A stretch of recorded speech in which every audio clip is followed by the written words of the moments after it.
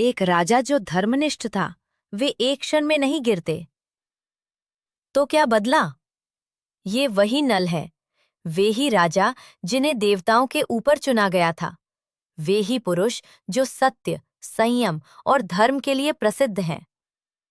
तो आप स्वयं से पूछिए, ऐसे पुरुष गिरना कैसे प्रारंभ करते हैं? क्योंकि धर्म के लिए खतरा हमेशा बाहर से नहीं आता, कभी-कभी वो भीतर प्रवेश करता है। कली कोई मनुष्य नहीं, कोई सामान्य शत्रु नहीं, एक शक्ति पतन की जो प्रतीक्षा करती है दुर्बलता की। महाभारत वन पर्व से। कलीस्तु नलमासाद्य दोषम संभिपद्यत तम दोषम प्रतीक्षैव प्रविवेश नलम ततः।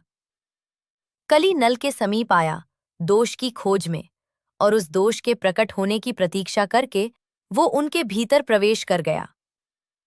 इसे ध्यान से समझिए, कली तुरंत नल में प्रवेश नहीं कर सका, उसे प्रतीक्षा करनी पड़ी, एक दुर्बलता की प्रतीक्षा। तो धर्म नष्ट नहीं हुआ था, उसे असुरक्षित छोड़ दिया गया था, और तभी भ्रष्टता आरंभ होती है। अब आप स्वयं से पूछिए, अर्थ का दबाव क्या है?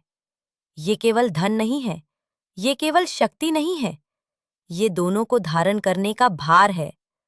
एक राजा को शासन करना होता है, निर्णय लेना होता है, आदेश देना होता है, और धीरे धीरे कुछ बदलता है। मैं धर्म की सेवा करता हूं से मैं परिणामों को नियंत्रित करता हूं, और वो परिवर्तन पर्याप्त है।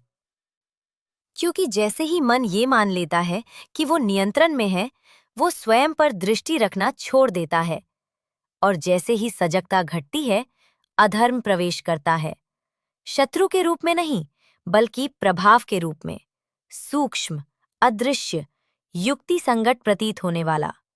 उसी स्रोत से न चास्य विद्यते दोषः स्वभावेन विशेषतः अल्पेनापि ही दोषेण महान भवति नाशनम। उनके स्वभाव में कोई बड़ा दोष नहीं था, फिर भी एक छोटा सा दोष बढ़कर महान विनाश बन सकता है।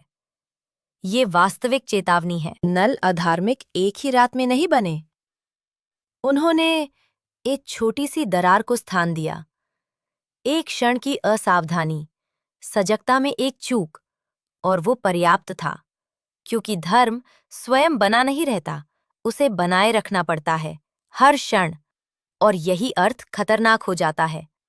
क्योंकि शक्ति आपको देती है नियंत्रण का भ्रम, और भ्रम अनुशासन को कमजोर करता है।